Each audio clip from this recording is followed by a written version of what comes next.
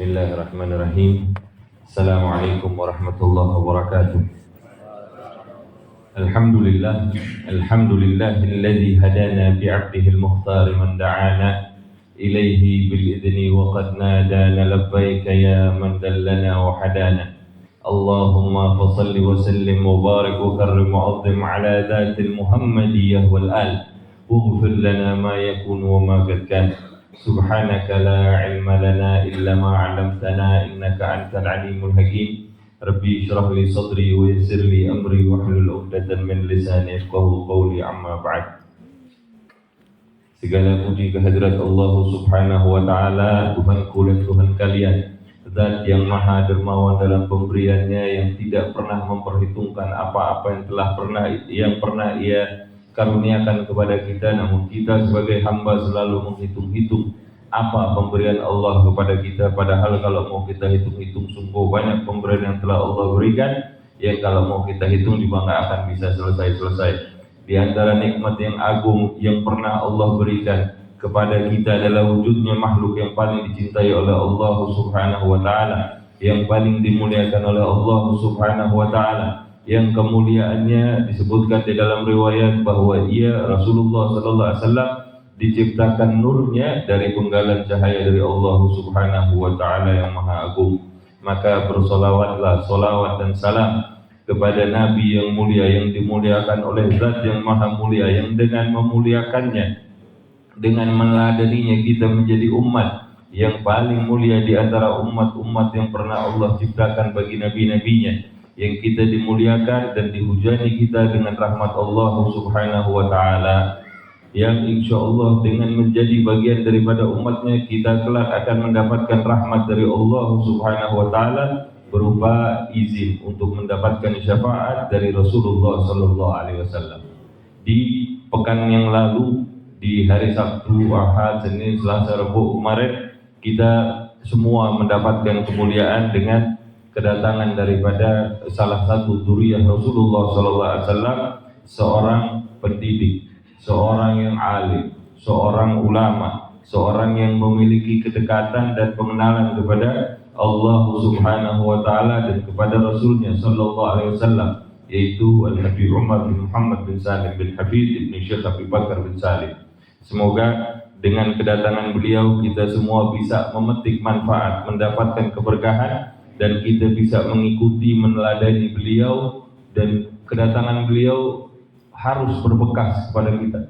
Bukan sekedar kita mau kejar-kejar salaman terus nggak menerapkan adab. Yang paling penting dari kedatangan beliau kepada kita itu merupakan salah satu bagian dari anugerah Allah yang harus kita ambil manfaatnya. Manfaatnya bukan sekedar salaman tangan aja, bukan sekedar kita bisa berdekatan sama beliau, tapi manfaat yang harus kita ambil adalah apa-apa yang beliau, mutiara-mutiara yang beliau keluarkan itu bisa kita ambil, kita teladani, kita terapkan di dalam kehidupan kita. Sungguh mengenal orang-orang seperti itu, memiliki keterikatan hati karena cinta kepada orang-orang soleh merupakan salah satu bukti keberuntungan yang sangat luar biasa, yang kalau kita mau memahami keberuntungan tersebut, tentu semua orang, semua manusia akan berebut tentang keberkahan tersebut. Kenapa kok bisa begitu? Karena mencintai orang-orang soleh, mencintai mereka, kita bisa memiliki kedekatan hati dengan mereka, dan kita bisa meneladani terhadap mereka adalah bukti atau hujjah kecintaan kita pada sosok Rasulullah SAW. Gimana enggak? Karena mereka lah sebetul-betulnya pewaris daripada Nabi Muhammad SAW. Karena dikatakan al ulama warasatul anbiya, para ulama dari umatku ini, para ulama daripada umatnya Nabi Muhammad SAW adalah pewaris daripada Nabi Muhammad SAW. Kita kalau mau diwarisin duit, mau diwarisin tanah, kita berebut enggak berebut. Kita kalau diwarisin harta itu pasti kita berebut. Dikasih duit, dikasih mobil, dikasih rumah, dikasih keistimewaan apa, gitu, pasti kita berebut. Nah ini Rasulullah SAW enggak mewariskan dinar wala dirham. Yang diwariskan itu ilmu. Yang ngebawa siapa? Ya para ulama. Maka kita bisa berdekatan sama mereka, itu merupakan bukti cinta kita sama Rasulullah. Sebenar-benarnya cinta ya. Bukan cinta karena sesuatu yang sifatnya duniawi. Tadi dibilang man ahya sunnati, siapa orang yang menghidupkan sunnahku, bukti sebagai dia cinta kepada aku, kata Rasulullah SAW. Seperti dikatakan dari Syekh Al-Habsyi tadi. Bukti kita mencintai Rasulullah itu perlu ada bukti. Buktinya bagaimana? Cinta sama menghidupkan sunnah. Orang di pekan lalu Syekh sudah mengatakan orang itu mengikuti sunnah bisa jadi karena memang dia mengharapkan sesuatu dari situ. Tapi yang betul-betul menghidupkan sunnah adalah mereka yang memang menjalankan itu karena nggak pakai hitung-hitungan pahala. Karena emang saya mau menghidupkan. Kenapa? Rasulullah bilang begitu. Kemarin itu dicontohkan bagaimana ya? Sayyidina Abdullah bin Abbas itu mengitari pohon cuman gara-gara Rasulullah mengitari pohon. Di riwayat yang lain Sayyidina Ali itu ketika habis naik kendaraannya beliau berdoa, beliau tersenyum. Ditanya kenapa tersenyum? Nggak tahu. Rasulullah dulu habis begini tersenyum, dia nggak pakai nanya, nggak pakai apa, pokoknya karena Rasulullah tersenyum. Sayyidina Umar bin Khattab ketika mencium batu Hajar al-Aswad, dia bilang saya tahu engkau ini batu doang, batu, nggak bisa bawa manfaat, nggak bisa bawa motor, tapi tetap dicium sama Sayyidina Umar bin Khattab. Kenapa kok dicium? Karena Rasulullah mencium, nggak pakai tanya alasan apa-apa. Itu bukan hujah untuk bahwa benda mati nggak bisa bawa manfaat. Salah. Justru itu hujah bahwa keberkahan dari Allah Subhanahu wa Ta'ala nggak terikat pada dia benda hidup atau benda mati, orang masih hidup atau orang sudah mati. Nah, itu bagian daripada kecintaan kita kepada Rasulullah SAW. Nggak usah pakai hitung-hitungan pahala. Kalau emang senangnya gara-gara Rasulullah. Rasulullah melakukan itu kita lakukan. Rasulullah meninggalkan itu kita tinggalkan. Nggak usah pakai tanya A, B, C, perlu alasan wala dalil wala. Karena Rasulullah begitu maka kita begitu. Bukti cinta kepada Allah Subhanahu wa Ta'ala. Cinta kita sama ulama adalah bukti cinta kita kepada Rasulullah. Cinta kita kepada Rasulullah adalah bukti cinta kepada Allah Subhanahu wa Ta'ala. Di dalam riwayat dikatakan, ahibbullah lima yughdhukum bihi min ni'amih wa ahibbuni li hubbillah. Cinta sallallahu alaihi wasallam. Dikatakan cintailah Allah karena banyaknya nikmat yang telah Allah berikan kepada kalian, dan cintailah aku, kata Rasulullah SAW, cintailah aku sallallahu alaihi wasallam karena cinta kalian kepada Allah. Perlu lagi nggak kita berdalil bagaimana cinta kita kepada Allah? Kenapa kita harus cinta kepada Allah? Hitung-hitungan dalam cinta kita kepada Allah perlulah? Nggak perlu begitu. Maka keterikatan cinta antara pewaris, keterikatan cinta kita kepada pewaris Rasulullah SAW, yaitu para ulama, merupakan bukti cinta kita kepada Rasulullah, dan itu merupakan bukti cinta kita kepada Allah Subhanahu wa Ta'ala. Semua itu adalah satu ikatan yang terikat dan gak bakal berpisah satu sama lain. Jadi kalau ada orang mengaku cinta kepada Allah tapi dia gak cinta kepada para pewaris Nabi, bohong. Gak ada. Bagaimana dia bisa cinta kepada Allah tanpa mewarisi tanpa melalui jalurnya para ulama. Ulama juga bukan cuma ulama-ulama yang belajarnya sama buku, tapi ulama belajar sama guru, yang mereka belajar sama guru, yang belajar sama guru sampai kepada Rasulullah. Harus punya keterikatan sana. Kalau nggak pakai sanad keterikatan, belajar dari buku, belajar dari Facebook, belajar dari WhatsApp, belajar dari YouTube. Gurunya bukan ulama, tapi gurunya hawa nafsunya sendiri. Karena ilmu itu kalau cuma sekedar di buku semua orang bisa baca. Tapi memahami hal itu perlu punya guru. Makanya dibilang kalau bukan karena sanad, semua orang bisa berbicara semau-maunya soal agama Islam ini, soal agama sesuai pemahamannya mereka masing-masing. Dan dengan mencintai ulama, kita punya keuntungan yang banyak. Di antaranya salah satunya adalah kita akan mendapatkan pemahaman tentang ilmu agama yang benar yang sudah mereka peroleh dari orang-orang tua mereka, yang mereka peroleh dari orang-orang tuanya lagi sampai kepada Rasulullah tadi, yang jarang didapati oleh selain daripada mereka. Habib Hasan bin Shalih Al-Bahar, beliau menyampaikan makna ayat wa qalilun min ibadiyas syakura. Sedikit dari hamba-hambaku kata Allah Subhanahu wa taala, ini tentang ayat Al-Qur'an yang bersyukur. Sedikit dari hamba-hamba Allah yang bersyukur. Yang dimaksud sedikit dari hamba-hamba Allah itu yang bersyukur, kalau diterjemahnya di tafsir umumnya kita bakal melihat ya sedikit memang orang yang bersyukur, dikasih nikmat sama Allah sedikit bersyukur. Tapi Habib Hasan bin Shalih Al-Bahar beliau menyebutkannya berbeda. Sedikit dari hamba-hamba Allah yang mensyukuri bukan sesuatu yang diberikan sama dia, tapi sesuatu yang bahkan tidak diberikan kepada dia. Orang bertanya, kalau itu sesuatu yang diberikan kepada kita, kemudian kita lupa bersyukur, normal. Banyaklah di antara kita yang seperti itu. Tapi gimana?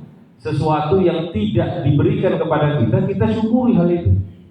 Iya, kata siapa? Kata Habib Hasan bin Shalih Al-Bahar, karena mereka memahami, mereka paham bahwa Allah tidak memberikan nikmat itu kepada dirinya, tapi memberikan nikmat itu kepada orang lain.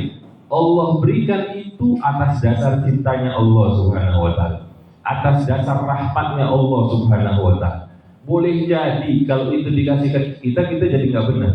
Boleh jadi kita kalau dikasih harta yang banyak, kita kayak sahabat Nabi Sa'labah yang jadi malah lupa sama agamanya, malah ngurusin kambing terus, malah jadi dia kayak korun yang ngurusinnya hartanya aja.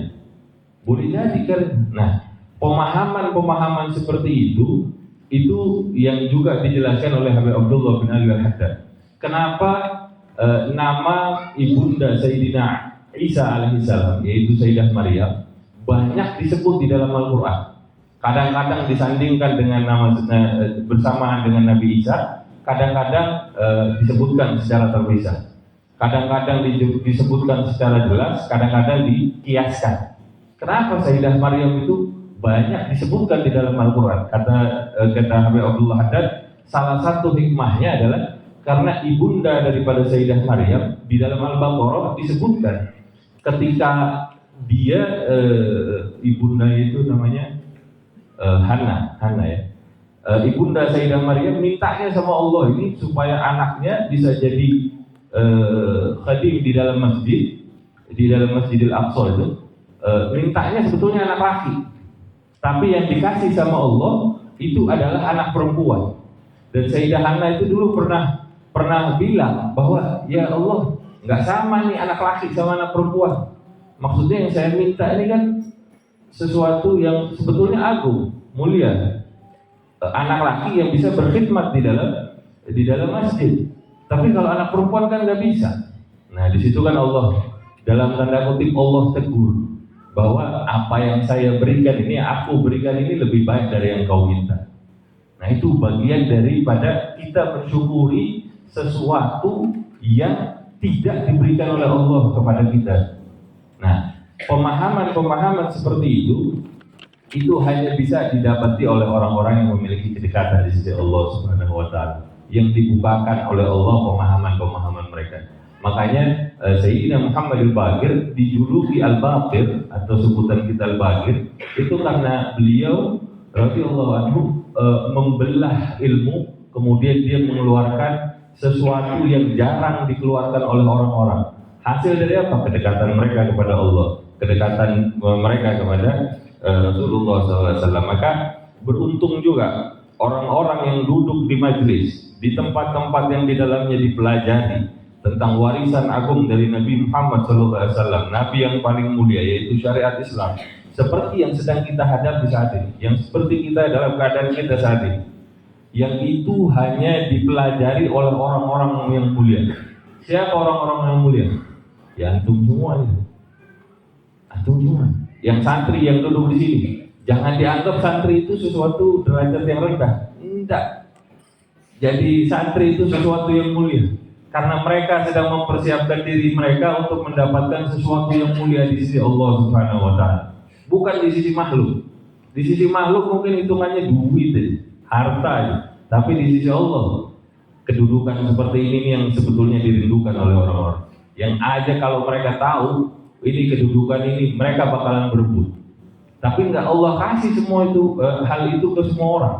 yang Allah kasih cuma kepada hamba-hambanya yang terpilih. Mudah-mudahan Allah Subhanahu wa taala memudahkan kita dan membukakan pemahaman kita tentang kemuliaan dari apa-apa yang Allah muliakan, dan mudah-mudahan Allah Subhanahu wa taala matikan kita dalam keadaan kita mulia mempelajari syariat Rasulullah SAW, dan semoga Allah Subhanahu wa taala mempertemukan kita dengan makhluk yang paling mulia yaitu Rasulullah SAW di dunia maupun di akhirat, dalam keadaan kita bermimpi maupun dalam keadaan terang-terangan, dan semoga kita dikumpulkan bersama dengan Rasulullah SAW di dalam surga Firdausil A'la tanpa didahului fitnah wal ta'wala hisab. Ala hadhihi niyyah wa ila hadratin nabiyil Fatihah. A'udzu